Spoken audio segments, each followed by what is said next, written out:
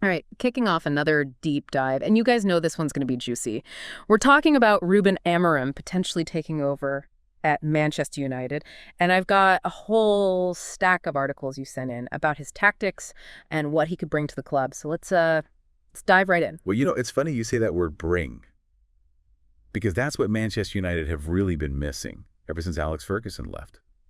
Impact. They've brought in some big names, Mourinho, Ten Hag, but none of them have really been able to get that.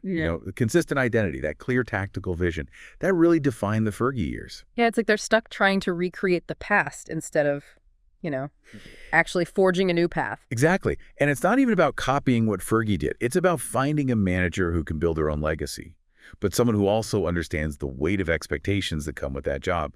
And from what I'm seeing in these articles, Amorim just might be that guy. Okay, so let's talk about Amorim's style then. One of the articles called him a tactical chameleon, which I gotta say caught my eye. What is it about him that makes him so adaptable? Well, just look at what he did at Sporting. He used both 3-4-3 and 3-5-2 formations, and he was successful with both. But here's the thing. He's not married to any one system. There was this one study, I think it was from the CIES Football Observatory, and they found that he changes formations almost twice as often as other Premier League managers. He's always analyzing his opponents, looking for weaknesses, and then he tweaks his approach based on that. So it's not just having a plan A and a plan B. It's more like having a plan for every letter of the alphabet. Exactly. You can never predict what he's going to do. Remember that toss at the Portugal final against Porto back in 23? Yeah. He started off with his usual 3-4-3, but then he saw that Porto were vulnerable out wide. So what did he do? Second half, he switches to a 3-5-2. Floods the midfield, and just shuts down their attack completely. It was like a masterclass in tactical flexibility. Yeah. And you know what? It won him the cup. That's incredible. Makes me even more curious about how his style would work with Manchester United. They've got a lot of talent on paper, but it doesn't always seem to translate on the pitch. Well, let's start with the midfield. Bruno Fernandes. Yeah. He's obviously a creative force, Right. loves to attack. Yeah. And he needs that freedom to really thrive. Amorim's system is all about fluid movement and players switching positions all the time. It could really unlock a whole new level for Fernandes. I can just picture it. Fernandes finding those pockets of space, dictating the tempo of the game. Exactly. And then you've got the speedsters out wide, Rashford and Antony. Oh, yeah. In that 3-4-3 with those overlapping wingbacks creating space, their pace and their dribbling ability could cause absolute havoc. Imagine Antony cutting inside, drawing in the defenders, And then laying it off for Rashford, who bursts into the box. Exactly. It's exciting to think about the possibilities. It really is. But what about the defense? That's been a bit of an Achilles heel for United lately. Would Amorim's system help them at the back or make things worse? I mean, the 3-4-3 with the three center backs can create a really solid base. Players like Martinez and Varane, who are both great on the ball, would thrive in that system. They'd have more cover, more support, and more opportunities to launch attacks from deeper. So it's not just about being strong defensively, it's about turning defense into attack. Yeah. And using those center backs to build from the back. Exactly. And one thing that really stood out to me from these articles was Amorim's focus on developing young players. He's got a real knack for bringing them through and integrating them into the first team. And that could be massive for United, a club with such a storied history of producing incredible talent. Oh, absolutely. It's a perfect match. You've got United's famous academy and Amorim's ability to nurture young players. We could see a real resurgence of homegrown talent at Old Trafford. I think so. Think back to the class of '92. Beckham, School, Giggs, they all came through the ranks. Imagine what Amorim could do. He could unearth the next generation of United stars. It's an exciting thought. But let's be real for a second. This is Manchester United. The fans are demanding, the media scrutiny is intense. It's a pressure cooker. You're right. Old Trafford has been the downfall of many talented managers. But what's interesting about Amorim is that he doesn't seem to be fazed by pressure at all. In fact, he seems to thrive on it. Is there anything in those articles that points to him being able to handle that level of scrutiny? There was this one quote from one of his former players. He called Amorim unflappable. Apparently, even under immense pressure, he stays calm, focused, and makes clear decisions. That's good to hear. But it's not just about handling the pressure. It's also about connecting with the fans, understanding the culture of the club, embodying what Manchester United stands for. Yeah, you're absolutely right. And that's where his personality comes into play. So tell me more about his personality. What kind of leader is he? What kind of presence does he bring to the dressing room and to the club in general? Well, a lot of the articles talked about his humility. He's not one to seek the limelight or crave attention. He's focused on getting the best out of his players and achieving success as a team. It's interesting. You don't often hear humility being used to describe top football managers. True, but that doesn't mean he lacks confidence or authority. He's very clear in how he communicates, sets high standards, and demands a lot from his players. But he does it in a way that's respectful and empowers them. So he's not a dictator or micromanager. He's more about creating a collaborative environment where players feel valued and motivated to work towards a shared goal. Exactly, and it seems to resonate with players. Some of his former players talk about how he creates a strong team spirit and a really positive atmosphere. That's really encouraging. Sounds like he could be the kind of manager who could bring back that sense of unity and purpose to United. I think so. And let's not forget about the fans. They've been through a lot. They need a manager who understands the history and traditions of the club. Someone who can bring back that sense of pride and excitement. And from what I've read, Amorim seems to genuinely appreciate the history and legacy of United. He knows what's expected of him. Yeah. And he seems determined to build something special. Now, you mentioned earlier that he's a tactical chameleon. But how would his style compare to some of the other big managers in the Premier League? We're talking about a league with Guardiola, Klopp, Arteta, all incredibly successful managers, all with their own distinct tactical approaches. That's a great point. It's like a chess match. Everyone has their own unique moves and strategies. So let's compare Amorim to some of those big names, starting with Pep. Okay. Guardiola is all about possession-based football, intricate passing and controlling the tempo. Right. Now, Amorim is a bit more pragmatic. He's happy to give up possession at times, draw the opponent in, and then exploit the space they leave behind. It's about being adaptable, choosing the right approach for each opponent in each situation. So less about forcing his style on the game, and more about disrupting the opponent's rhythm. Exactly. That's what makes him so interesting. He's not afraid to challenge conventional wisdom, to think outside the box, to constantly adapt his tactics to gain an edge. All right, so how about Klopp? His high-energy gegenpressing style. Yeah, that's a tough one. Klopp's all about suffocating the opposition, winning the ball back high up the pitch, and launching these quick, devastating attacks. It's super effective. But it demands a lot of fitness and intensity from his players. Amorim does value quick transitions and counterattacks, but his pressing is a bit more selective, more focused on disrupting the opponent's buildup, rather than chasing the ball all over the pitch. So less all-out aggression, more calculated pressure. Exactly. And again, this is where his flexibility comes in. He can adjust his pressing based on who he's playing, the situation, even the fitness levels of his own players. He's always evaluating and adjusting. Okay, I'm starting to understand why they call him a tactical chameleon, always shifting, always adapting. Precisely. Makes him a tough opponent to prepare for. Now, before we wrap up this part of the deep dive, we can't forget about Arteta. He's done a phenomenal job rebuilding Arsenal. They're disciplined. They have a clear tactical identity. How would you compare Amorim's style to his? Well, Arteta's Arsenal are built on possession-based football, patient build-up, and a solid defense. They play out from the back, use those passing triangles, and probe for openings. It's effective. But it can be a bit predictable at times. And how's Amorim different? He's more dynamic, more fluid, not afraid to go direct, to use the flanks, or to rely on the individual brilliance of his attackers. It's less about sticking to a rigid system and more about finding creative solutions on the fly. That's what makes him so exciting for United. A fresh perspective, willingness to experiment, tactical flexibility. He could really shake things up.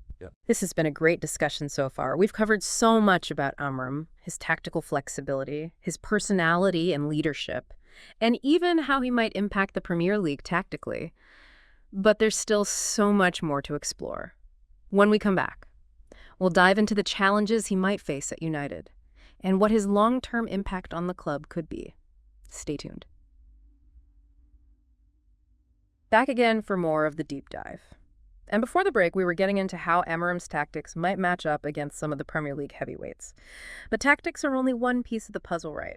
If he were to actually end up at United, what kind of long-term impact could he have on the club? Well, that's where things get really interesting. We've talked about his tactical flexibility, how he adapts and evolves his approach. But what really excites me is his vision for the future. He's not just focused on the next game. He's thinking of building a winning culture that runs through the entire club. One of the articles you sent in, I think it was from The Athletic, they mentioned that Amorim sees the academy as the heart and soul of a club, which has got to be music to the ears of United fans, right? given their history of developing young talent. Oh, absolutely. And it's not just talk. At Sporting, he didn't just promote young players. He created a pathway for them to progress from the academy to the first team, gave them opportunities to shine. He built a system where the academy wasn't just some separate entity. It was a core part of the club's identity. So it's not just about giving a few youngsters a chance here and there. It's about a holistic approach to development, where the academy and the first team are completely integrated. Exactly. And that's what's been missing at United. They've had some great academy graduates, but there hasn't been that consistent pipeline of talent like there was under Ferguson. Amorim could change that. Create a self-sustaining ecosystem almost, where the academy is constantly producing talent. Precisely. Less reliance on big money transfers. A strong foundation for long-term success. And think about what that would do for the fans. A United team full of homegrown players who understand the club, who fight for the badge. It would be electric at Old Trafford. It would bring back that connection between the players and the fans. Absolutely. But let's be realistic, success doesn't happen overnight. No, you're right. It takes time, patience, and a clear vision. Another article you sent, this one was from ESPN, I think. They talked about Amorim's long-term thinking, how meticulous and detail-oriented he is. He's not looking for quick fixes. Exactly. He's in it for the long haul. And that's why I think he'd be such a good fit for United. They need someone who's willing to build something special, someone who's not afraid of the challenge, someone with the vision and the determination to bring the club back to its glory days. So how long, realistically, do you think it would take for Amorim to make a real impact at United? It's tough to say for sure, but I think you could see signs of progress within the first 2 seasons. A top 4 finish would be a good start. But more importantly, you want to see a clear identity, a more cohesive team, a sense of purpose. So it's not just about results, it's about the process. Exactly. Building a foundation for success. And if he's given the time and the support, I think he could lead United back to the top. Imagine that.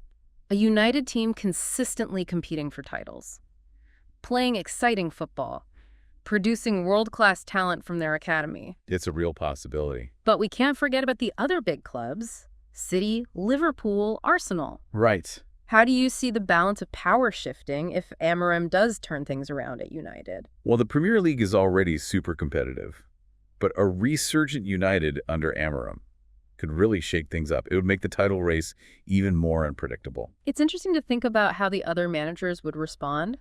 Would Guardiola change his tactics? Would Klopp's gauge and pressing become even more intense? I think it would force everyone to raise their game. The tactical battles would be amazing. The competition would be even fiercer. And that's great for the fans. The league thrives on that unpredictability. It's like Amorim's arrival could spark a tactical arms race. Everyone constantly innovating and adapting. That's what makes the Premier League so great. Constant evolution. The best managers in the world pushing each other to be better. This has been a really thought-provoking look at what Amorim could bring to United and to the Premier League. But as we've said, there are no guarantees in football, so let's shift gears for a minute. Put yourselves in the shoes of the Manchester United board. You're faced with the decision of whether to hire Rúben Amorim. What are the biggest factors you're considering? What questions do you need answered? And ultimately, what's your verdict? All right, welcome back to the deep dive. We just went through all the exciting possibilities that could come with Rúben Amorim taking charge at Manchester United. But as we all know in football, nothing is guaranteed. And huge decisions like this can't be made solely on excitement.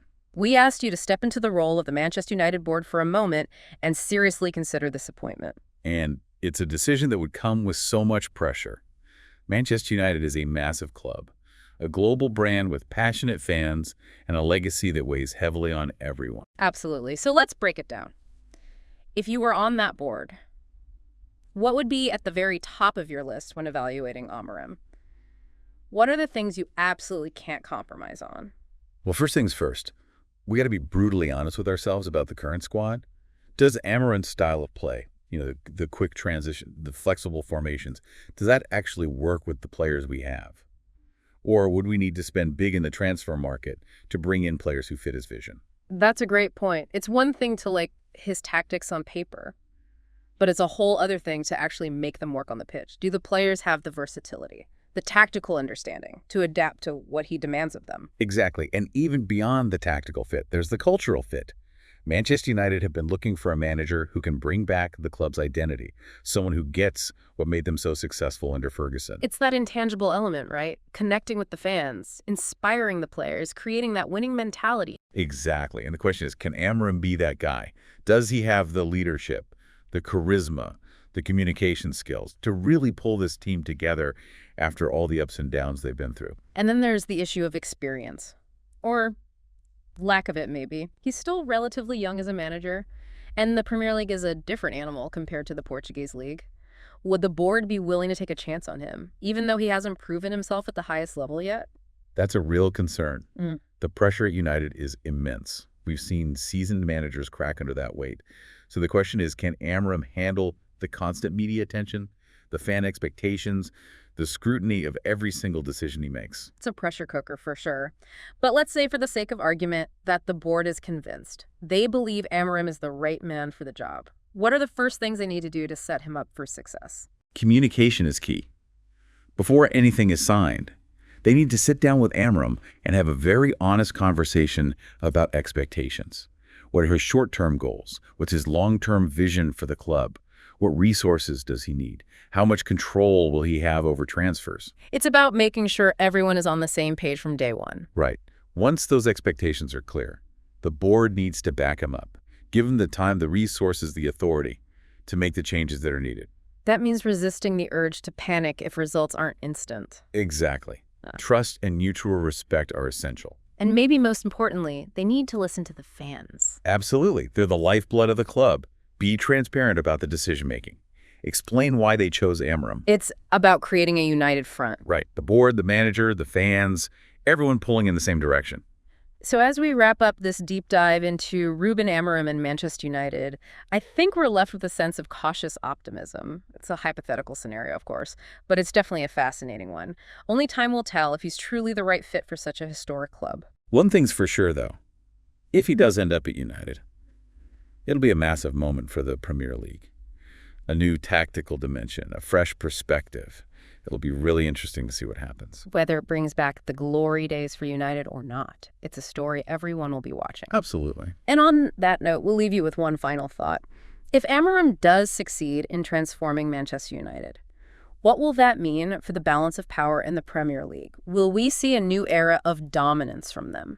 Or will the competition become even more intense? Thanks for joining us on this deep dive. We'll catch you next time.